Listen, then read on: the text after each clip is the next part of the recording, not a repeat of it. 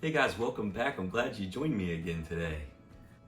We've been talking about the elements of art, the 7 elements of art, and today we're on number 4. So without wasting any of your time, let's jump right into it. So far we have covered line, shape, and form. Today we will discuss space and how it affects a piece of work. Space refers to the emptiness of an area around or within an object. Positive space is referring to the forms or objects of interest. Negative space is the emptiness between or around those objects. There are 6 ways to accomplish the illusion of space within a 2-dimensional surface. These are overlapping, placement, size, detail, color and value, and perspective.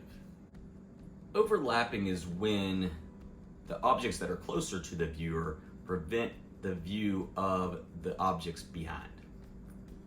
Placement is when objects that are placed in a higher level within the picture plane are going to appear further away. Size, objects that are closer are going to be larger and objects further away are going to be smaller. Detail, when objects are further away, they're just going to have less detail. Color and value. They're listed in one and the same, basically. This is just saying that the colors that are further away are going to be cooler in color, and they're going to be lighter in value. As they come closer, they're going to be darker in value and warmer in color. Perspective. Perspective can be linear, 1-point, or 2-point perspective.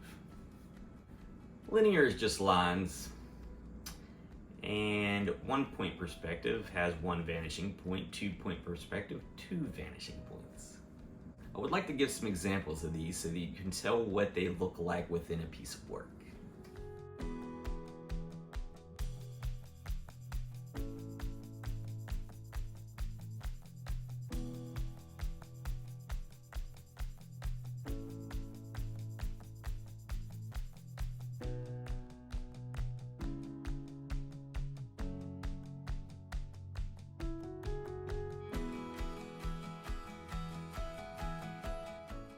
Some spaces have texture, and texture is what we'll be discussing in the next video.